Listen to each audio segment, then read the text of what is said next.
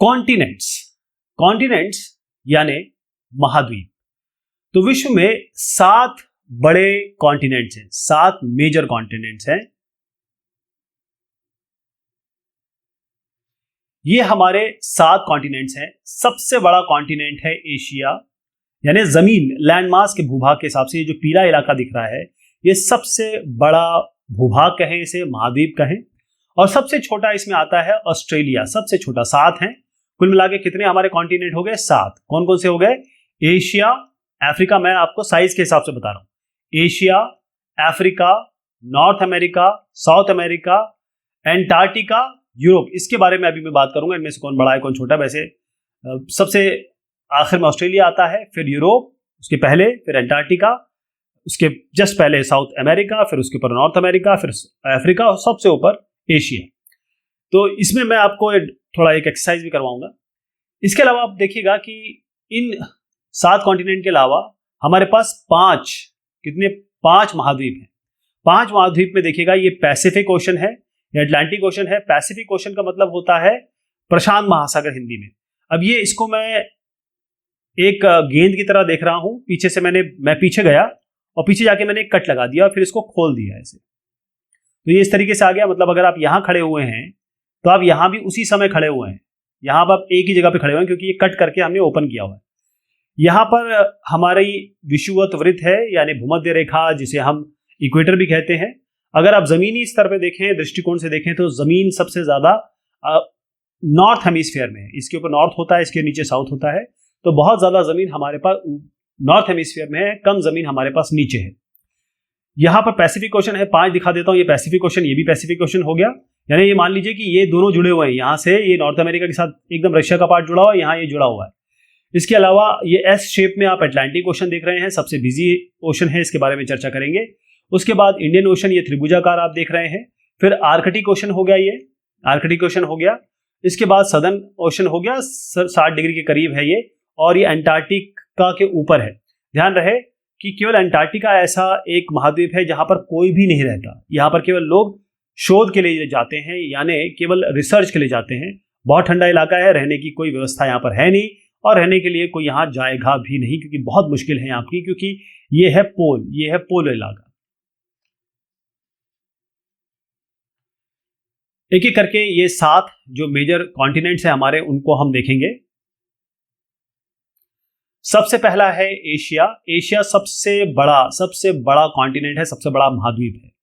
और जो भूभाग हमारे पास हैं उनका 1/3 भाग, जितना भी लैंड मास है उसका 1/3 भाग एशिया में है। एशिया में 1/3 भाग, 33-33.5% करीब इसमें एशिया के पास है। अब ये जो कॉन्टिनेंट है ये ईस्टर्न हेमिस्फीयर में है। यानी अगर मैं यहाँ पर एक जो प्राइम मेरिडियन है ग्रीनिच से जो जाती है उसको अगर देखूं तो यहाँ पर ये दाएं में आ रहा है, यहाँ पर ये इस साइड है। यानी पूरी तरीके से ये ईस्टर्न हेमिस्फीयर में है, ये वेस्टर्न हेमिस्फीयर है। तो पूरी तरीके से ये ईस्टर्न हेमिस्फीयर में है। इसके अलावा आप देखें हिंदुस्तान से भी ये जो रेखा जा रही है इसको हम कहते हैं कर्क रेखा, 23.5 डिग्री पे है। तो यहाँ से एशिया से कर्क रेखा जाती है। ये सारी इमेजिनरी लाइन्स है लेकिन ये जाती है। एशिया के कौन कौन से पड़ोसी हैं इनको देख लेते हैं। एशिया के पड़ोसी हैं बाएं तरफ में, यहाँ यूरोप, और हम यूरोप से अंतर हैं। कैसे अंतर होता है हमारा? यूराल माउंटेन्स, ये पूरी एक रेंज है यूराल माउंटेन्स की। अच्छा, एक इसमें इंपॉर्टेंट बात है कि पहले सारा जो भूभाग था वो एक था, फिर धीरे धीरे, बहुत जमाने पहले की बात कर रहा हूँ मैं, फिर ये धीरे धीरे आपस में बहुत सारे चेंजेस हुए, परिवर्तन हुए। तो ये अपनी जगह गए, ये अपनी जगह गए, और आज भी अगर आप खड़े हो तो ये सब मूव कर रहा होता है, आपको पता नहीं चलेगा, लेकिन पृथ्वी पूरी मूव कर रही होती है, पानी मूव कर रहा है, जमीनें मूव कर रही है। तो यहाँ पर ये यूराल माउंटेन से हम इनसे अलग हुए, लेकिन यूरोप और एशिया को मिला के हम यूरेशिया कहते हैं। क्या कहते हैं? यूरोप और एशिया को मिला के हम यूरेशिया कहते हैं। यूरोप क्योंकि इंपॉर्टेंट आपका महाद्वीप है इसलिए इसकी चर्चा करनी आवश्यक है। एशिया से तो काफी छोटा है ये, और ये वेस्ट में है, जैसे मैंने दिखाया था आपको कि एशिया यहाँ है, यूराल पर्वत यहाँ है, और यहाँ पर यूरोप है, इस जगह पे यूरोप है। और जो आर्कटिक सर्कल है 67.5 डिग्री पे आर्कटिक सर्कल यहाँ से पास होती है। और इसमें देखेंगे कि अगर ये मैं इस तरीके से बनाऊं इसको, तो 3 जगह से, यहाँ, यहाँ और यहाँ, ये 3 जगह से आपके पानी से घिरा हुआ है। इस इलाके में जैसे मैंने बताया यहाँ पर इस जगह पे एशिया है, तो यहाँ एशिया है, लेकिन इस जगह पे 3 जगह से ये पानी से घिरा हुआ है। अफ्रीका ये तीसरा सबसे बड़ा लार्जेस्ट कॉन्टिनेंट, दूसरा सबसे पहला है एशिया और उसके बाद आता है अफ्रीका। अफ्रीका दूसरे नंबर का सबसे बड़ा कॉन्टिनेंट है और ये ऐसा कॉन्टिनेंट है जहां पर जो तीन हमारी रेखाएं जिससे हम सब चीजें समझते हैं जानते हैं, ये तीनों ही रेखाएं इस एक यूनिक बात है, ये अफ्रीका से पास होती है। वो मैं आपको तीनों दिखाता हूं, लेकिन इससे पहले आपको ये जो इलाका दिखा रहा हूं ये सहारा डेजर्ट है, यानी कि सबसे गर्म डेजर्ट पूरे विश्व का अफ्रीका में ही है। आपने देखा होगा कि अफ्रीका के लोगों का जो कॉम्प्लेक्शन होता है थोड़ा ब्लैक होता है, काला होता है। वो उसका कारण यह है कि ये बिल्कुल भूमध्य रेखा इसके बीच से गुजरती है, तो यहाँ गर्मी बहुत ज्यादा पड़ती है। जहां गर्मी बहुत ज्यादा पड़ती है वहां लोगों का कॉम्प्लेक्शन डार्क हो जाता है बिकॉज ऑफ द सनलाइट।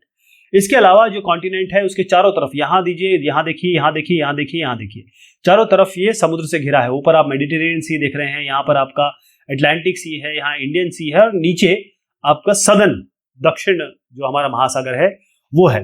एक और चीज इसमें जानने योग्य है कि नील नदी जो है वो सब ध्यान रखिएगा, लॉन्गेस्ट रिवर है, ये सबसे लंबी रिवर, सबसे बड़ी नहीं, सबसे बड़ी अमेजन अभी आने वाली है, लेकिन सबसे लॉन्गेस्ट रिवर जो है वो नाइल है, ध्यान रहेगा।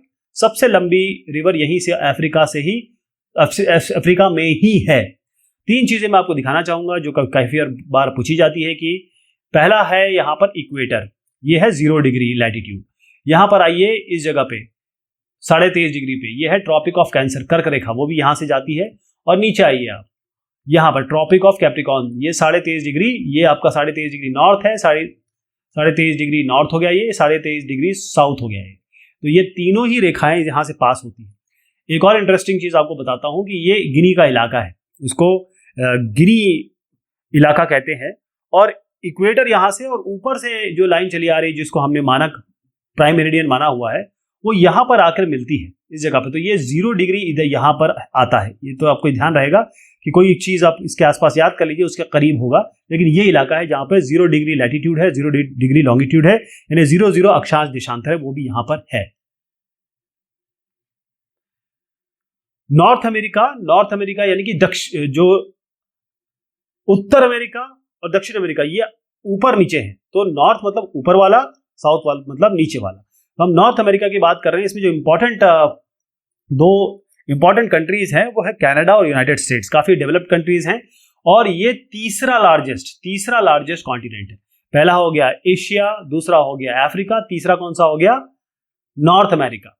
अब ये जो इसमें इंपॉर्टेंट बात आती है क्योंकि ये दोनों जुड़े हुए हैं, साउथ अफ्रीका नॉर्थ अमेरिका जुड़े हुए हैं। तो ये जुड़े जो हुए हैं इसको जुड़ाव जो है उसको हम कहते हैं इस्थुमस ऑफ पनामा, यानी कि पनामा जल संधि से जुड़े हुए हैं। ये जो आप देख रहे हैं ना यहाँ पर, ये जो इलाका है उसको यहाँ थोड़ा एक्सपैंड करके दिखाया गया है। यहाँ पे यही पनामा जल संधि है जिससे नॉर्थ और साउथ ये दोनों अमेरिका मिले हुए हैं। ओके। और इसके अलावा यहाँ देखिएगा, यहाँ पर आपका प्रशांत महासागर है, पैसिफिक महासागर है, दाएं हाथ पे अटलांटिक ओशन है, ऊपर यहाँ पर आर्कटिक ओशन है। ये तीन ओशन इस कॉन्टिनेंट के चारों ओर इर्द गिर्द हैं। साउथ अमेरिका यानी दक्षिण अमेरिका ये आप देख रहे हैं। इसके अलावा ऑस्ट्रेलिया के बारे में भी बात करेंगे। साउथ अमेरिका ये बहुत सारा इसका भाग जो है सदर्न हेमिस्फीयर में, क्योंकि इक्वेटर यहाँ पर है। अगर इक्वेटर यहाँ है तो इसके नीचे आपका सदर्न हेमिस्फीयर है, इसके ऊपर नदर्न हेमिस्फीयर है। तो आप देखेंगे क्योंकि इक्वेटर बहुत ऊपर से पास हो रही है इसके, तो बहुत सारा भाग इसका नीचे है यानी सदर्न हेमिस्फीयर में है। इसके अलावा यहाँ पर लेफ्ट में बाएं तरफ इसके प्रशांत महासागर है, पैसिफिक ओशन है, दाएं तरफ इसका अटलांटिक ओशन है। अब एक चीज मैं आपको बता देता हूं, क्योंकि पृथ्वी बहुत बड़ी है तो यहां पर अगर हम ये पूरा अगर एक समुद्र है तो इतना बड़ा है तो इसको हम कभी कभी ये जो प्रशांत महासागर है या पैसिफिक ओशन है, इसको यहाँ वाला जो पैसिफिक ओशन है इसको हम नॉर्थ पैसिफिक ओशन कहने लगते हैं, इसको हम साउथ पैसिफिक ओशन कहने लगते हैं। तो ये साउथ पैसिफिक ओशन क्योंकि इक्वेटर के नीचे है इसलिए कहा जा रहा है, इक्वेटर के ऊपर ये नॉर्थ पैसिफिक ओशन बन जाता है, लेकिन है दोनों पैसिफिक ओशन ही।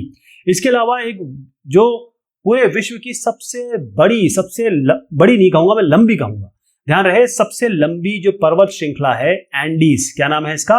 ANDE, सबसे लंबी पर्वत श्रृंखला जो नॉर्थ से साउथ तक पूरी तरफ आती है वो यहां पर है साउथ अमेरिका में। ये यहां से शुरू होती है और पूरी यहां तक पहुंचती है। इससे बड़ी हमारे पास कोई विश्व में इससे बड़ी माउंटेन रेंज है ही नहीं। इसके अलावा साउथ अमेरिका में सबसे बड़ी, मैं लार्जेस्ट बता रहा हूं, लंबी तो ना ही लोगे, सबसे दूरी वाली, लेकिन सबसे बड़ी विड्थ के हिसाब से, पानी के कंटेंट के हिसाब से, वो है अमेज़न। आपने अमेज़न का नाम सुना होगा क्योंकि ये हम सबसे ज्यादा ऑक्सीजन यहीं के जंगल और यहीं के इलाके हमें देते हैं। अमेज़न में आग वगैरह के बारे में आप सुनते रहते हैं, वो यही इलाका है। थोड़ा करीब ले जाके दिखा देता हूं ताकि आपके दिमाग में ये छप जाए। ये अमेज़न का इलाका है, ये अमेज़न बेसिन आप देखिएगा, ये सब अमेज़न का इलाका है। इसके बाद बात आती है ऑस्ट्रेलिया की। ये आइलैंड कॉन्टिनेंट है। आइलैंड कॉन्टिनेंट इसलिए है क्योंकि ये एक छोटा कॉन्टिनेंट है, साथ में ये आइलैंड यानी द्वीप की तरह है, और ये पूरी की पूरी तरीके से ये साउथ हेमिस्फीयर में, सदर्न हेमिस्फीयर में है, यानी सदर्न हेमिस्फीयर नीचे 0 डिग्री के काफी नीचे है। और यहां पर पूरे ही चारों तरफ आप देखेंगे कोई ना कोई ओशन आपको दिखाई देगा। यहां पर आप देखिए इंडियन ओशन हो गया, और बाकी सी भी है आसपास छोटे।